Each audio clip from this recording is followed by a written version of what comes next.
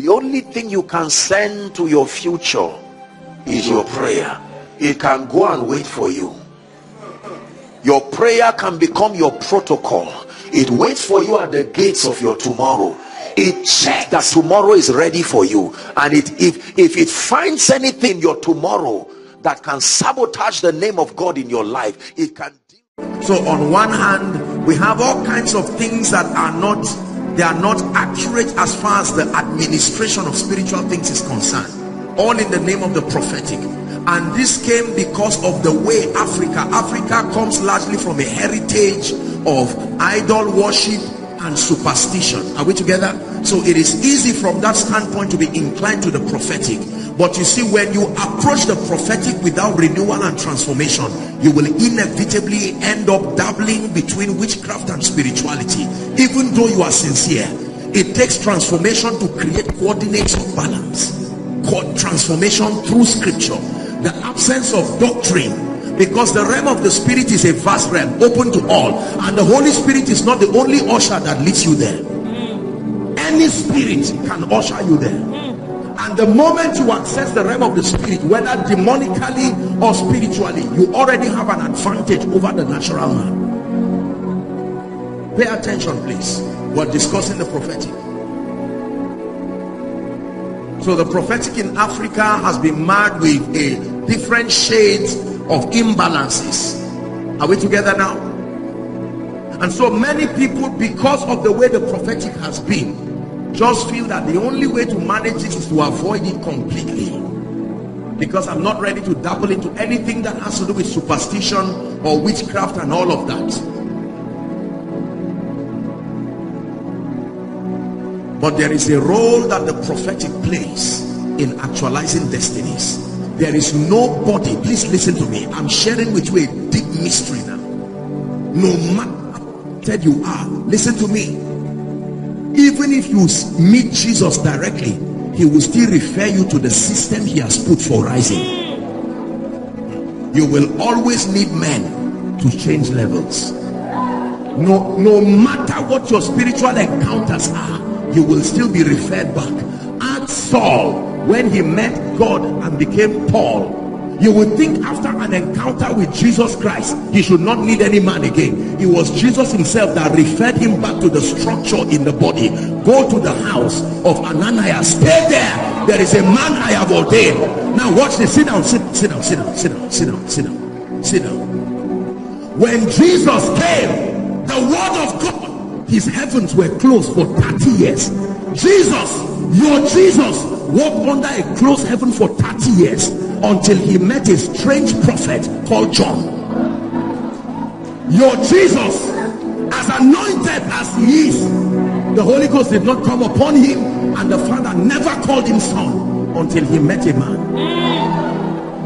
Please listen, this is not idol worship. Forget about some of these things that go on wrong.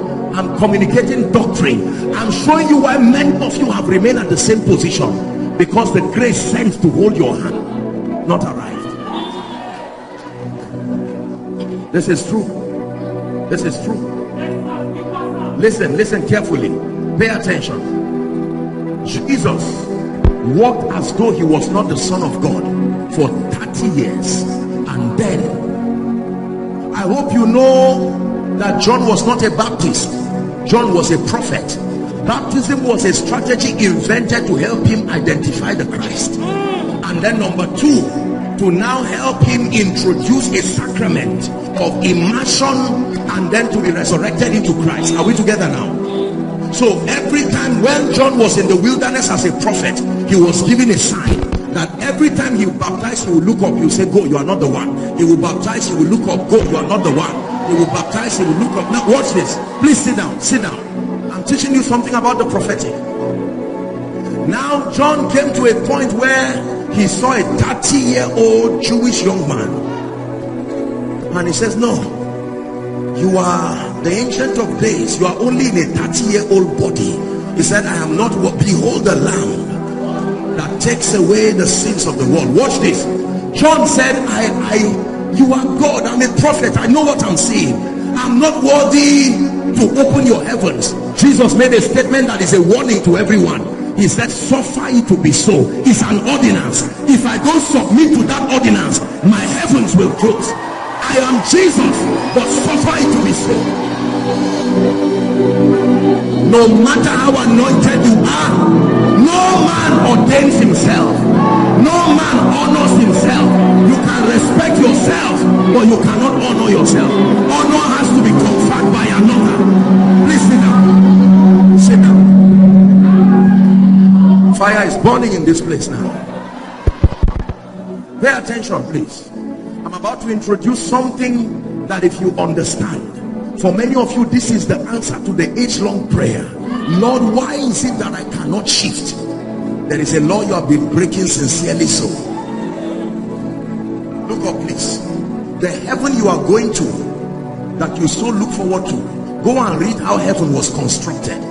Heaven was constructed with the names of 12 apostles of the Lamb as the foundation. The Bible says this is how the church was built. Look at the architecture of the church. Paul was given the privilege of seeing the architecture of the church. Pay attention. He said, in the building of the church, the first person you meet is Christ. He's called the chief cornerstone. The moment you meet Christ, there are two strange ministries you must meet to rise: the apostolic and the prophetic. He calls them the foundation. Listen carefully. I don't mean the apostolic and the prophetic by name.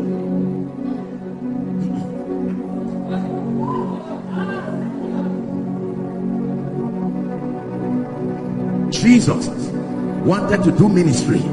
The Father was watching. The Holy Ghost was in heaven wanting to come. But where is the man that must give authorization? Because you see, that was the one who the mandate and the grace was upon, and even God would respect it. Let me tell you this. It is not only God you need to rise. It is only God you need to worship, and your allegiance should go to. But when it has to do with the dynamics of manifesting destiny, you need God and you need the men he is using. Look up, please. When the oil finished in the parable, it says, go to them that sell. Not everybody is looking for oil. There are those who have it already. And I showed you yesterday how they got it. Remember? All those who have oil to sell. You want to know how they got it? Go to 2 Kings chapter 4. Once upon a time, their oil was in a small cruise. They didn't know what to do. It was a prophetic they encountered that multiplied their oil, that they now have enough to sell to others. Are we together? Thank you. So Jesus, okay, help us with the sound. Jesus comes to John, and John says, Jesus says, suffer it to be so. Watch this. He dips John in water. He brings John out, and your Bible, the one you have on your hand now, says, and the heavens opened. Over Jesus, did he need the heavens open to do ministry? Watch this. When the heavens open, two things happen. One, the Bible says the Holy Ghost descended in the similitude of a dove. It came and rested on him. And number two, a voice. Watch this. Watch this. A voice spoke and said, this is my beloved son. Now, question, who was he before? God had to make that verdict. Your obedience has validated your sonship.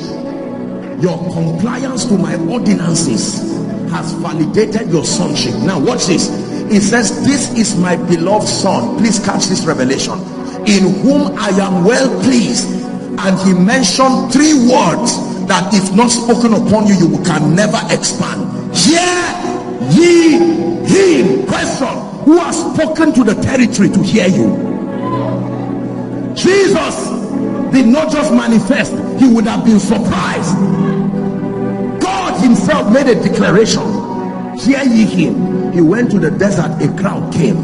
He went to the riverside, a crowd came. He climbed a mountain, a crowd came. Resources came from fish, came from egg, because a command was given. Hear ye him. That means whatever it will take for his ministry to find visibility, let it come. Listen to me. I don't doubt your call, but do you have the hear ye him?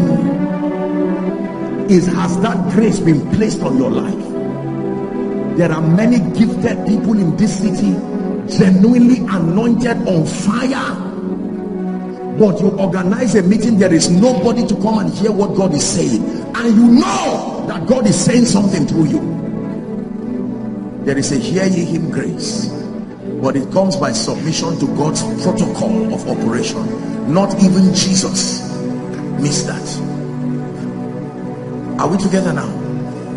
Abraham was at a point in his life where it seemed like nothing will happen except prophecy, and he returned from war and he met a strange king of an ancient city called Salem, called Melchizedek. Watch this. Abraham honored him, and here was what Melchizedek said: blessed be Abraham, son of the Most High, I make you possessor of the heavens and the earth. Watch this. Do you know, brothers and sisters, we're about to pray, do you know that Prophet Samuel was a man? Is that true? When God rejected Saul as king, David was already having visions as the next king. God was ready, but the prophet he will use was still negotiating for Samuel, and a man's destiny was suffering because the prophet that will announce him was not cooperating with God. Can you imagine that? God is ready to lift you, but the prophet he will use was still negotiating, and you think God will say, no, I have options. Look at how God had to come himself to negotiate with Samuel. He said, Samuel, why do you continue to weep, seeing that I have rejected Saul as king? Take your horn and go to the house of Jesse. You are delaying someone who is ready, because you are the prophet who should ordain him. See, hold on. Do you know what made Saul to lose his throne? He was not knowing the rankings in the spirit of men. He thought that because you are a king, it also means that you are a priest and a prophet, and so they kept putting pressure on him. Offer the sacrifices. Samuel is wasting our time, and out of pressure he offered the sacrifices. Samuel came and said, you have done foolishly. You would have allowed me to come. This is an office. He said, God would have established your throne forever, but now that you have done this, the kingdom is taken away from you. It would have been, thou son of Saul, have mercy on me. But now he lost it. Can I tell you this? This is not human worship, but please hear me, Yola. All men are not equal. We are equal in Christ. The same Lord is rich unto all. Are we together? But in terms of our personal sacrifices alongside the election of grace, it has separated us into spiritual cadres. This should not bring pride. But let me tell you this: you can remain for a long time and God will be watching you as merciful as he is, until the day you find the grace sent to lift you, not the grace available. There were many widows in Zarephath, but to none was Elijah sent. Elijah passed other widows and greeted them, but the day he went to the one he was sent to, that was the end of her situation. Are you learning something here? When it was time for the nation of Israel in Exodus chapter 14, we don't have the time, these guys continue to cry before God. How many of you know that according to the prophecy that was given to Abraham, they would spend 400 years? Question: who added the 30 extra years? One man, Moses. The slow pace of his training added the captivity of the people he was to deliver, because until he was ready, he now went to Ramesses, his half brother, who had now become the Pharaoh of Egypt. Thus saith the God of the Hebrews, let my people go. And Pharaoh said, what nonsense are you speaking about? After 10 plagues, he allowed them to go by a prophet. When he brought them out, watch this, they got to a point where they were standing before the Red Sea, and the Egyptians were running after them. They were angry and they said, Moses, we told you, we would have just remained slaves. But Moses said no. Exodus 14 verse 13. Please give it to us. We are reading from 13 to 15. That's what is happening to someone this night, in the name of Jesus Christ. Exodus 14 from verse 13. Exodus 14 from verse 13. 14 media.